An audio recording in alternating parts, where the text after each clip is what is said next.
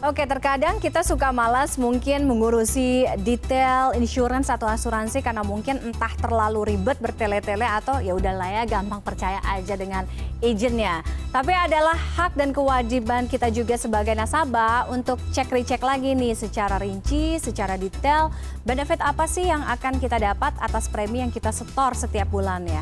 Nah, bagaimana jeli memilih produk investasi, produk insurance atau asuransi? Bergabung Aidil Akbar, yaitu Senior Financial Advisor. Mas Aidil, selamat malam. Selamat malam. Mas Aidil, ini masih banyak banget ya. Jadi udah bayar premi gitu setiap bulan, udah bisa beli produk insurance, produk asuransi, tapi begitu udah bertahun-tahun gitu terus dicek lagi, kenapa cuman segini gitu hasilnya, kok nggak sesuai dengan ekspektasi. Kenapa sih Mas masih kayak gitu? Terus kemudian kita ngomongin si produk insurance unit link ini nih sebenarnya apa? Ya, jadi sebenarnya ini sudah saya prediksi dari jauh-jauh hari ya, bahwa ini sebenarnya bom waktu yang memang sudah saat meledak sekarang. Saya salah satu orang yang paling kritis menilai produk unit link di Indonesia karena produk ini apa istilahnya terlalu advance, terlalu maju, terlalu sulit untuk ditawarkan ke masyarakat umum maupun melalui oleh agen-agen yang biasa menjual produk asuransi tradisional sebelumnya gitu ya. Jadi dibutuhkan memang yang lebih advance lah untuk bisa menawarkan produk ini. Dan juga pasarnya sebenarnya adalah berbeda dibandingkan masyarakat umum. Nah, kalau kita lihat produknya sendiri, produk unit link ini adalah sebenarnya produk yang menggabungkan antara asuransi dengan investasi. Nah, dalam hal ini banyak orang termasuk juga agen yang di awal tentang investasi gitu ya. Padahal ketika mereka menawarkan produk unit link ini yang diiming-imingi adalah investasinya. Ya, jadi inilah yang sering terjadi, kesalahpahaman, selling, salah menjual, salah menawarkan, yang akibatnya kemudian investor atau nasabah atau masyarakat umum kemudian tergiur karena yang ditawarkan adalah iming-iming tadi.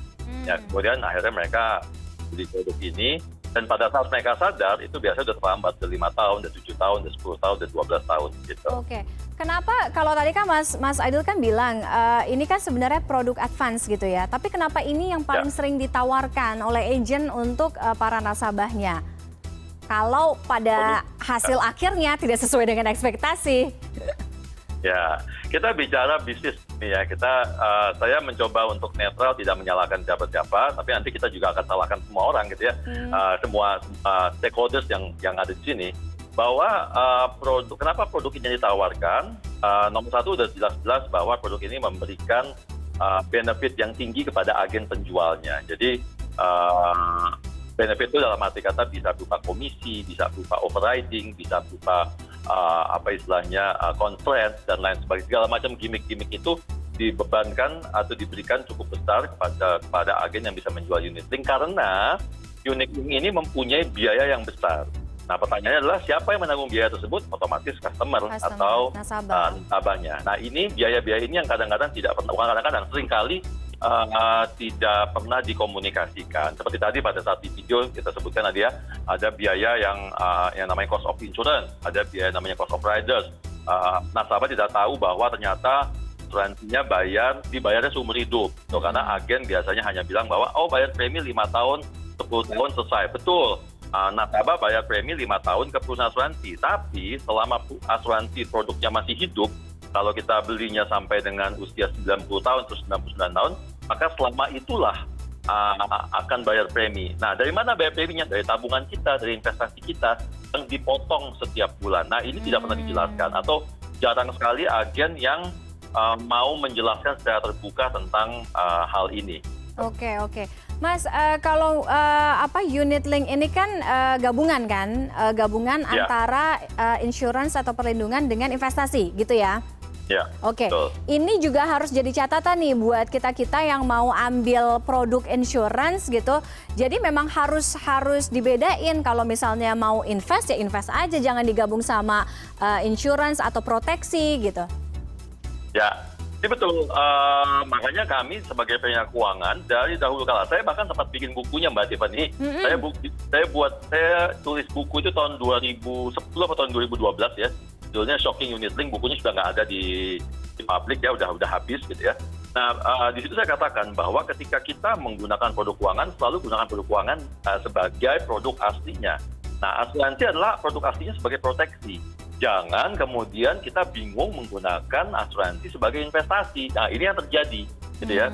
Jika menggabungkan 2 atau 3 produk jadi satu produk, 2 in 1 atau 3 in 1, maka kita akan kehilangan the best benefit dari masing-masing keunggulan produknya. Jadi asuransinya tidak akan maksimal yang diberikan. Contohnya asuransi jiwa tadi ya, pasti rata-rata orang yang punya unit link, uang pertanggungannya pasti akan kecil, tidak akan pernah cukup, gitu ya. Karena kalau kita hitung secara menggunakan kalkulasi kebutuhan proteksi, rata-rata orang akan butuh proteksi antara 1,5 sampai 3 miliar. Itu standarnya orang Indonesia. Tapi orang yang punya unit link biasanya hanya punya uang proteksi untuk jiwanya kalau meninggal dunia sebesar 500 juta, 300 juta. Jadi sangat jauh sekali. Nah, di sisi yang lain, investasinya kalah dengan investasi tempat lain. Contoh yang paling simpel adalah karena dia menggunakan keranjang investasi, maka produk yang kurang lebih mirip seperti investasi dalam unit link adalah reksadana. Nah, kalau ketika kita bandingkan apple to apple antara reksadana dengan investasi unit link, itu hasilnya beda jauh, sangat jauh. Kenapa? Karena beban biaya, loading biaya yang cukup besar yang dibebankan kepada di unit link tadi, yang kemudian dibebankan juga kepada para investor atau para nasabah. Oke. Kalau tadi kan proteksi jiwa, itu umumnya insurance gitu. Jadi kalau misalnya investasi dipisahin aja deh. Nah, gimana buat mungkin orang-orang yang terlanjur, karena juga banyak nih asuransi pendidikan buat anak. Ya. Nah, itu gimana tuh? Ya, jadi asuransi pendidikan, asuransi pensiun, itu sebenarnya nggak ada. Itu sebenarnya unit link yang memang diberikan embel-embel. Seperti halnya tabungan pendidikan, tabungan pensiun, itu kan nggak ada sebenarnya. Itu kan tabungan biasa yang kemudian dikasih embel-embel, ini diperuntukkan untuk pensiun, ini diperuntukkan untuk pendidikan. Hanya membedakan biasanya kalau di produk tabungan dia kasih bunga lebih besar, udah gitu aja. Nah, demikian juga dengan asuransi pendidikan, sebenarnya nggak ada. Itu sebenarnya unit link saja, unit link yang diberi embel-embel features seakan-akan itu sebagai pendidikan. Jadi kalau misalnya kita bicara hasilnya, saya rata-rata klien kami atau orang-orang yang komplain datang ke saya, itu rata-rata kalau dihitung, mereka hanya mendapatkan tidak sampai 50% dari jumlah premi yang mereka setorkan. Rata-rata asuransi pendidikan cuma menghasilkan 30% dari jumlah premi yang mereka setorkan. Kemudian kalau investasi kurang lebih nggak nyampe 50%. Jadi memang itu faktanya. Nah, kemana selisihnya? Nah, itu yang tidak pernah dijelaskan. Satu, ada unsur investasi di situ. Investasi bisa naik, bisa turun. Kedua, ada loading biaya yang besar di dalam itu. Ada biaya untuk agennya, ada biaya untuk asuransinya, ada biaya untuk underwritersnya, ada biaya lagi untuk asuransi yang dipotong, namanya cost of insurance. Ada biaya untuk riders yang dipotong lagi, namanya cost of riders. Kalau dia beli asuransi tambahan, misalnya asuransi kesehatan, atau asuransi misalnya sekarang dengan top, misalnya critical illness gitu. Itu biaya dipotong dari investasi kita, di mana investasinya pun bisa naik, bisa turun. Jadi ketika kondisi investasi sedang turun, seperti tahun lalu ya, ketika market lagi crash, kemudian dipotong tiap bulan untuk bayar asuransi dan investasi, maka nasabah akan mengalami kerugian 2 kali lipat, gitu. Karena dia turun terus dipotong lagi. Oke. Ini juga jadi insight yang baru nih buat saya dan juga pastinya buat penonton.